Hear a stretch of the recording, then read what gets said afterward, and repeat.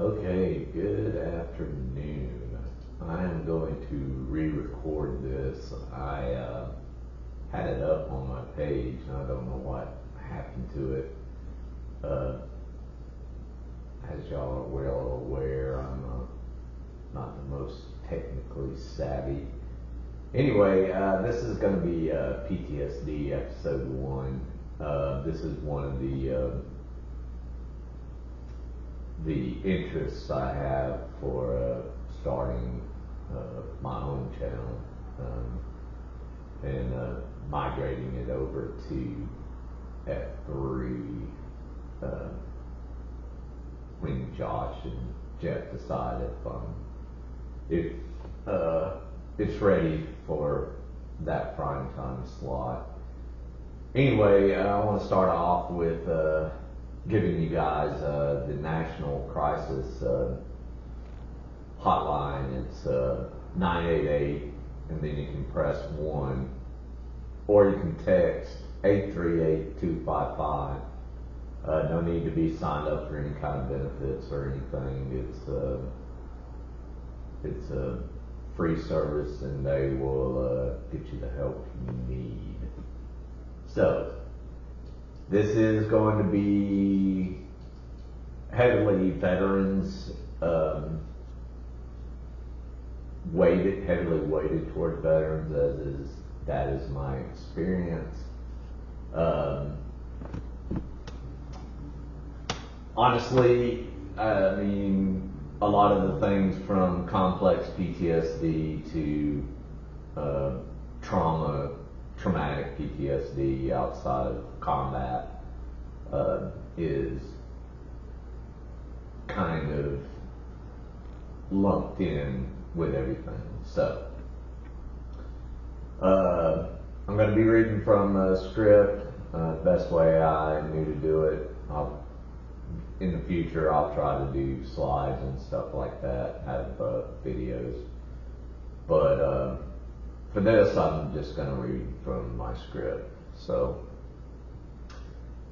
why do soldiers end up winning a battle but losing their minds? And I don't mean that in a pejorative sense. I just mean it in the words of from PTSD to other mental disorders. PTSD, post-traumatic stress disorder, has sadly become more and more prominent in our societies over the last few decades. 2 decades of war, not just for America, but our allies, even our enemies, has garnered a whole lot of mental distress for not only soldiers, but their families, friends, etc. There is a ancillary effect to PTSD, right? We have the people we touch and everything around us gets affected by the trauma as well, and they become victims. And this isn't abusive trauma either. This is dealing with the nightmares, learning how to walk on eggshells, especially in the early stages of recovery. So let's keep that in mind too. But have soldiers always come home with shattered minds? Were the comrades of Achilles or Caesar suffering after putting down their swords? Why does the history of the disorder, and what can it tell us about modern warfare? So, a great resource. I love this guy's books. He's a great reporter. He's also a great writer. Is Sebastian Junger's book Tribe. get it, read it, enjoy it, share it. It really goes into detail of how at that time the Marines he was embedded with were he saw this tribal aspect and why these Marines flourished in combat, and then we think about when you get back, what are the effects, right? But let's get into what exactly is PTSD according to the DSM-5. Well, I just killed my. Okay. So, DSM-5 criteria for PTSD. I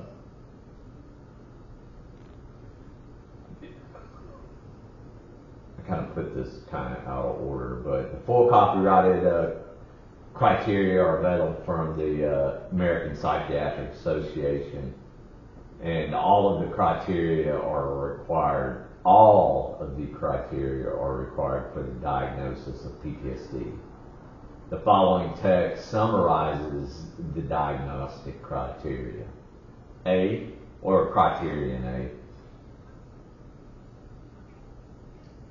The person was exposed to death, threatened death, actual or threatened serious injury, or actual or threatened sexual violence in the following ways: direct exposure, witnessing the trauma, learning that the trauma happened to a close relative or a close friend, indirect exposure to adverse details of the trauma, usually in the course of professional duties, so police officers, EMTs, firefighters. The epidemic in those fields is vast. I have many friends who are former police officers, EMTs who just got out of the professions altogether because of the things they witnessed and had to deal with, especially domestic situations. Criterion B, the traumatic event is persistently re-experienced in the following ways: unwanted or upsetting memories, nightmares, flashbacks, emotional distress after exposure to traumatic reminders or triggering events. You hear that a lot. It's been co-opted by some to mean, people who don't think the way they do politically or generationally, but it is a triggering event, is a real diagnostic thing. Physical reactivity after exposure to traumatic events, jumpiness, tensions up, taking a swing at somebody trying to wake you up from a nightmare is a physical reactivity. Jumping up, clearing a house if you're having a bad dream and there's a loud sound. I have stories about both of those that we can get into once I start going live, and it's more of a conversation at that point. Criterion C, one of these is required: avoidance of trauma related to stimuli after the trauma in the following ways: trauma-related thoughts or feelings, trauma-related reminders, either or. Quite frankly, myself and others that I know who have been through things have both. Criterion D, 2 are required. Negative thoughts or feelings that began or worsened after the trauma in the following ways. Inability to recall key features of the trauma, overly negative thoughts and assumptions about oneself or the world, exaggerated blame of self or others for causing the trauma, negative affect, not your decreased interest in activities, feeling isolated, difficulty experiencing positive effect. So the negative effect and the difficulty experiencing the positive effect are kind of the same, but that's how they're listed anyway. Criterion E, 2 are required. Trauma-related arousal and reactivity that began or worsened after the trauma in the following ways: irritability or aggression, risky or destructive behavior. Me and Josh have talked about this a lot, about wanting to do more and more extreme missions after you got back. Freaking once I medically retired, man, for 10 years it was just nothing but nuttiness. Doing counter-narco missions, running around Afghanistan by myself. I had a mission and I was working for people, but I was living in a freaking hotel, the Intercontinental in Kabul, driving around by myself. Just really stupid things in a still active war zone. Anyway, we'll get into those stories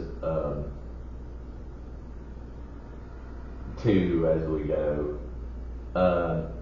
Let's see, hypervigilance, heightened startle reaction, difficulty concentrating, difficulty sleeping. So that's all of criteria E. You need 2 of those to, and then criterion F.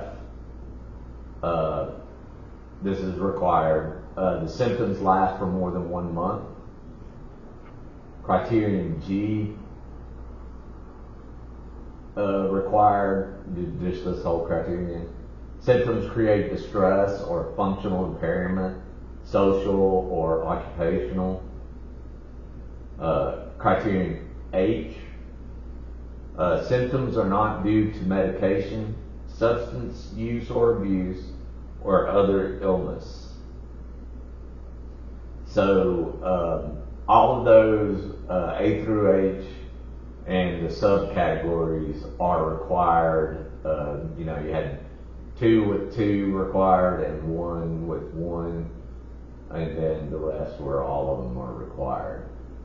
So there's a lot that goes into the diagnosis, and a lot of people with PTSD do not do well in the clinical environment, and they don't have the patience to go through getting properly diagnosed. So now we're going to add the 2 specifications that goes along with PTSD. You have a dissociative specification. In addition to meeting the criteria for diagnosis, an individual experiences high levels of either the following in reaction to trauma related to stimuli. I should have put a comment in there and breathe. Depersonalization, experience of being an outside observer of or detached from oneself. Kind of like a feeling as if this is not happening to me, or one we're in a dream. Another one is derealization, experience of unreality, distance or distortion. Things are not real, you're distant from the event even though it actually happened to you or you saw it happen. And then the distortion is the things that are not real. Delayed specification. Full diagnostic criteria are not met until at least 6 months after the trauma or traumas, although onset of symptoms may occur immediately. So I'm going to go back to something I said at the beginning.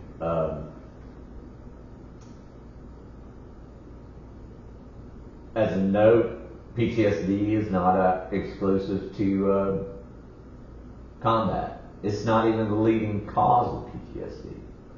It can be triggered by car crashes, assaults, and other traumatic experiences. But in here, we're going to focus on combat PTSD. As I said before, that's my experience. It's more the people who I have around me have experience. My loved ones can talk to me about how it's affected them.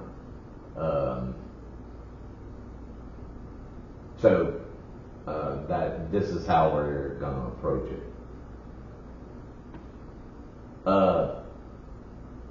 So, PTSD. It didn't even enter our vocabulary until the 80s.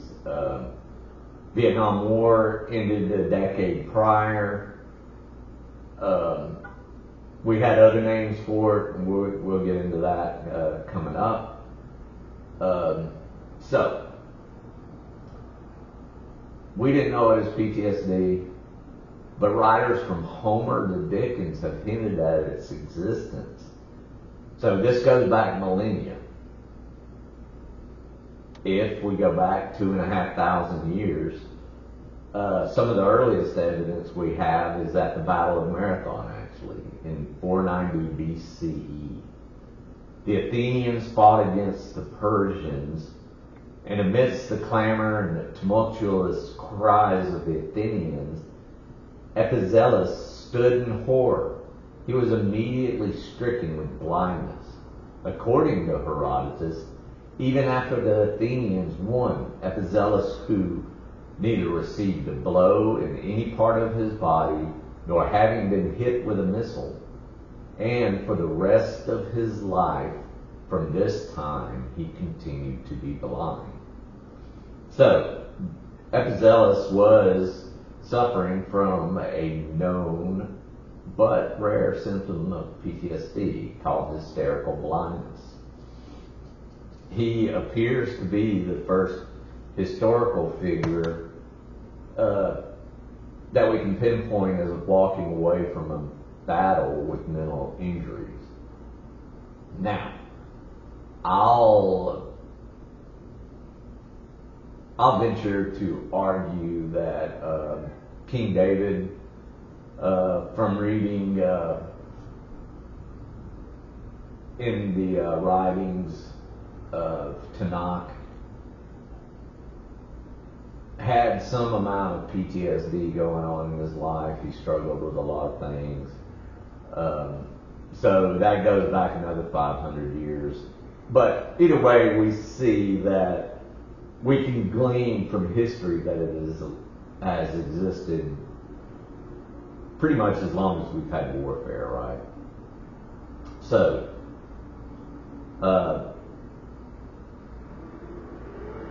the psychiatrist John Shea, in his 1994 book, Achilles in Vietnam, noted that returning veterans of the Vietnam War share some parallels with the experience of Achilles in the Iliad. According to Shea, the story of Achilles was the story of a soldier undergoing the effects of PTSD. When Hector kills Achilles' best friend, or nephew, or lover, it's according to how, what you read and what interpretation you read. Or if you watch Troy, it was his nephew. Patroclus, I think it's Patrocles, but it's spelled Patroclus. Achilles is overcome with an inability to sleep or eat and a preoccupation with revenge. Achilles changed from a regular soldier into one filled with grief and rage, both symptoms of PTSD. The Romans, too, seemed to no strangers to trauma. The general Marius fell into a state of dreadful despair and was prey to nightly terrors and harassing dreams. And since, above all things, he dreaded the sleepless nights, he gave himself up to drinking bouts and drunkenness. Now, this was potentially a smear campaign. There are reports that it was a smear campaign based on his activities, but again, his political rivals were using it against him too. But these reports do show us that the Romans were well aware of PTSD-like symptoms.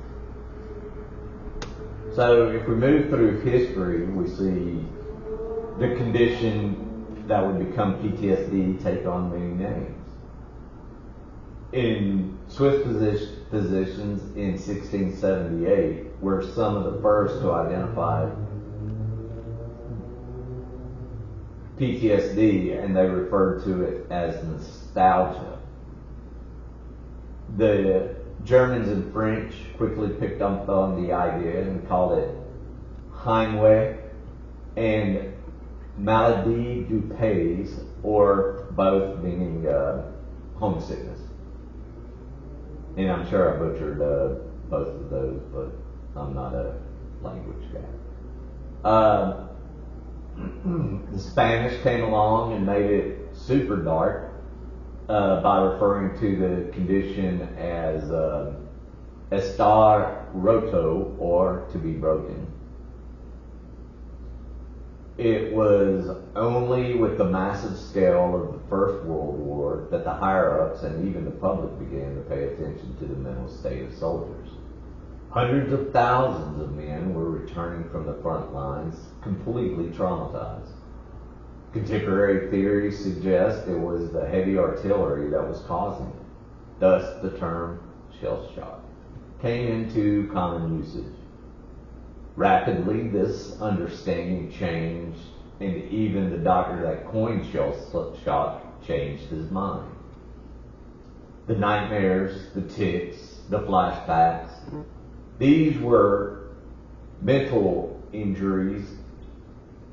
Unfortunately, this allowed people to just blame weak character. We know people who do that, right?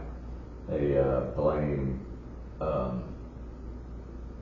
PTSD and coping with PTSD to be a weak character, right? And ignore the victims. Blame the victim, ignore them, and you don't have to deal with them or treat them. Through World War II, humanity's most destructive war, the scale of the stress only increased. And I'm going to kill this name. It's very, very French. According to Stéphane Audouin Rasoul and Annette Becker, 1/10 of mobilized American men were hospitalized for mental disturbances between 1942 and 45, and after 35 days of uninterrupted combat, 98% of them manifested psychiatric disturbances in varying degrees. It was a resounding rebuttal to those claims that only those of weak character were suffering breakdowns. By the end of the war, combat neurosis transformed into combat exhaustion. This soon became battle fatigue. Finally, during the Vietnam War, when record numbers of soldiers returned to the United States with traumatic injuries, we see the term post-traumatic stress disorder appear. Now, and I need to do more research, but you see we've skipped the whole big war here, right? Korea. I wanted to dig into the effects of Korea and what, if battle fatigue was still being used, or what it was termed and what the research was there. It'll be interesting. Vietnam, the massive amounts of PTSD can be equated potentially to a year-long deployment for a soldier in World War II. They would see 45 days of combat during their tour. For a Vietnam soldier, that 45 days turned into 155, I believe. I didn't write the number down. I read it was in the mid 100s. But I will get the answer if somebody reminds me in a comment or something. But I just wanted to put that out there. How the Vietnam War soldier was ground just completely through the meat grinder. From the evidence that we do have, though, it seems that some degree of PTSD did occur in ancient times, but modern soldiers seem to be affected more. Why? Good question. First of all, danger was much more localized for the ancients. There were no drones. No one, I gotta bring up drones. No one could shell you from miles away. IEDs did not threaten the local Roman legion. When an ancient warrior went to war, they usually saw the faces of their enemy, felt some control over their fates. Along with this, danger was almost entirely constrained to planned set pieces and short bursts of fighting on the battlefield. Once they were back at their camp, an ancient soldier's mind could rest. Modern soldiers have no such refuge and need to be constantly vigilant. Then you have explosions. They are very common. Concussions or traumatic brain injuries, as we have come to know them, follow along. It has been shown that TBI vastly contributes to the risk that PTSD will develop. Being blown up and the effects of explosions was not something Caesar would have had to have planned for. So then we have our culture, right? The ancient world was much more violent than our own. A Roman inhabited a world in which half of all children wouldn't survive adolescence. The sight of blood and death, in a world in which half of all children skip a paragraph. The sight of blood and death was not shocking to them as it would be to a modern human. The expectations and social roles of soldiers were also entirely different. Greek and Roman society, for example, told boys that being a good warrior, slaying their enemies, and bringing home loot was one of the most glorious things a man could do. By going out and killing others, a man was filling a vital and respected societal role. While a person in the 21st century, even though they have been raised in a culture that respects soldiers, upon killing, that soldier will need to reconcile with an upbringing that taught them that killing in any form is wrong. Now, while we are noting all of this, it is important to take into account that we aren't diagnosing these ancient peoples with PTSD. We're not diagnosing anyone with PTSD. We're having a discussion about history and things we see and look out for. It could be that there are many different forms of PTSD that can arise in different cultures and civilizations at different times for different reasons. What can be certain of it is that ancient soldiers did suffer something, especially because from an evolutionary viewpoint, short-term PTSD is a really good idea, short-term being the key. After being in danger, you want to be hypervigilant. You want to wake easily. You want to be constantly reminded of the thing that scared you. After being in danger, you want to be hyper-vigilant. You want to wake easily. You want, again, I read that again. Apologies. I'm not going to edit this video. It's supposed to be a short form. Long-term PTSD, though, is a problem. Rather than being prepared, people cease to function in normal society. Modern soldiers, especially Americans, are undergoing a massive spike in combat trauma. Why? Any upset in life will always have longer lasting consequences if it is not communalized.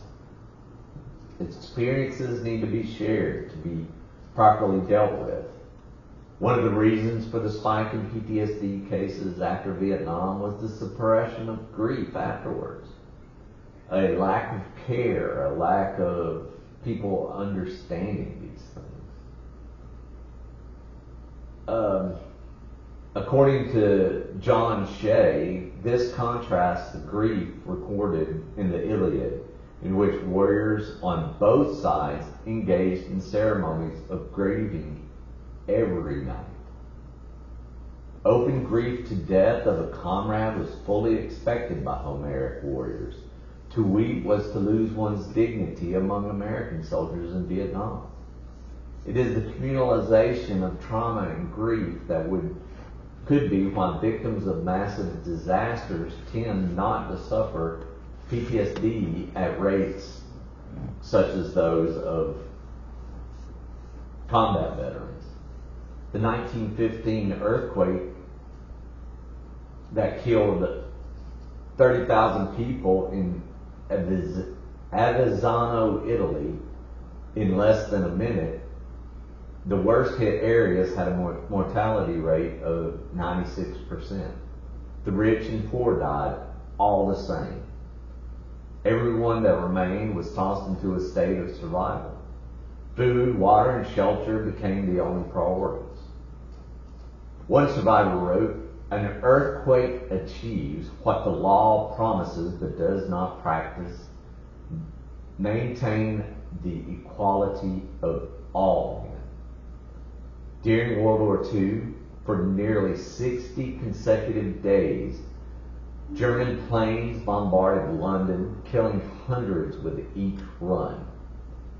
This would be known as the Blitz. We've all heard of the Blitz. 8 million people endured an aerial bombardment that would crack the minds of regular soldiers, yet mass hysteria did not break out. Barely a case of individual hysteria broke out. Psychiatric wards across the country saw admissions go down. One doctor ventured to suggest that some people actually did better during wartime. During the riots in Belfast between 1969 and 70, the suicide rate dropped 50%. Homicides and other violent crimes also went down. Depression rates took a sharp decline, all while chaos took the streets. So, Irish psychologist H.A. Lyons wrote in the Journal of Psychosomatic Research in 1979, when people are actively engaged in a cause, their lives have more purpose, with a resulting improvement in mental health. People will feel better psychologically if they have more involvement in their community. Sometimes it takes sectarian violence. German bombers and angry plate tectonics to make modern humans speak to each other. Post-traumatic stress disorder. Humans are strongly wired to help one another, and our brains enjoy doing so. After September 11th terrorist attacks in New York, there wasn't a mass shooting for 2 years. The murder rate dropped by 50%, and even veterans with PTSD noticed their symptoms improved in the months following the attacks. The people around them no longer felt like complete strangers, as everyone was now connected by this traumatic event for a while. Tragedies, for a short time at least, transform us back to a tribe. It's that bond that traumatized people tend to miss. What is it about modern society that triggers long-term trauma? Lack of social support has been found to be twice as reliable as predicting PTSD as the severity of the trauma itself. As theorized by Sebastian Junger in Tribe, modern society has almost completely eliminated trauma and violence from everyday life. Anyone who does not suffer those things is deemed to be extraordinarily unfortunate. This creates an identity of victimhood that can delay recovery. Modern soldier returning from combat goes from the kind of close-knit group that humans evolved for back into a society where most people work outside the home. Children are educated by strangers, and personal gain almost completely eclipses the collective good. Whatever the technological advances of modern society, the individualized lifestyles that those technologies spawn seem to deeply brutalize the human spirit. When soldiers return, they are returning to a society that can be alienating and self-serving. This may be controversial. I am going to broach it as I wrote this prior to a lot of the things going on in the Middle East, but I'll be even-handed here.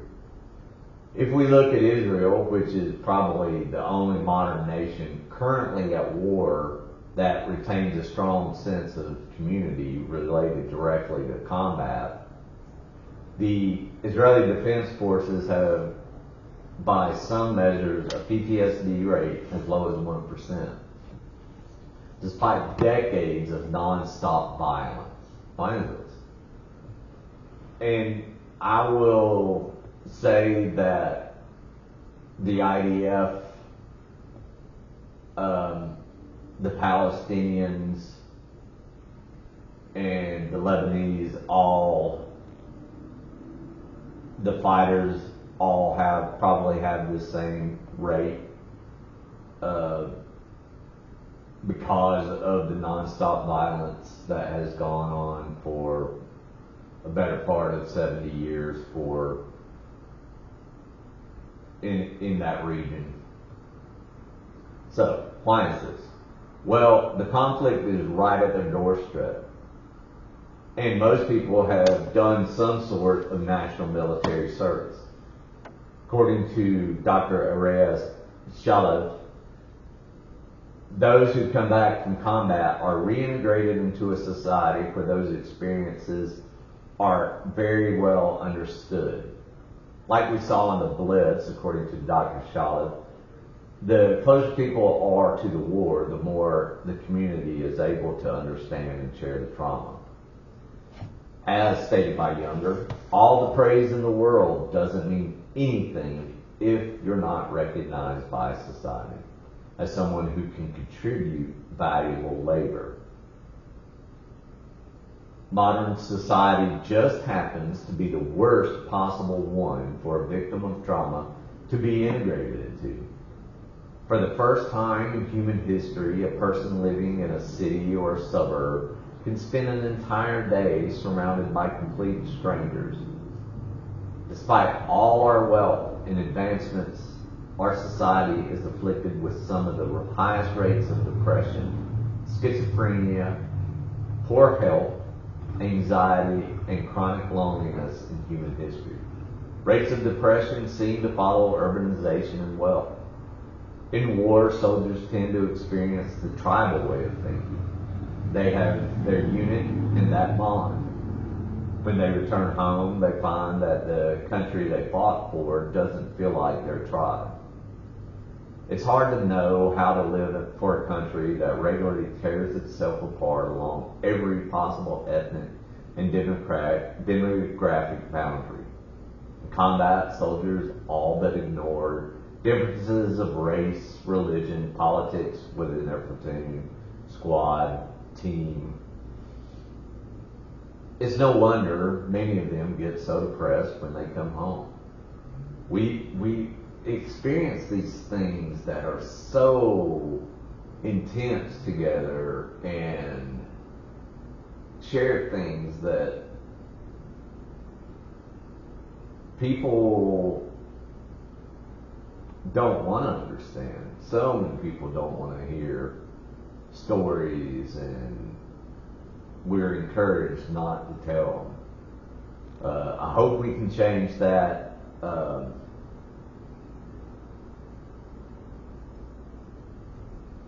So I'll close it off with this. What modern soldiers and other trauma victims need in order to fight off these effects of long-term trauma is a functioning community that is ready to listen to and reintegrate them as valuable members of the tribe.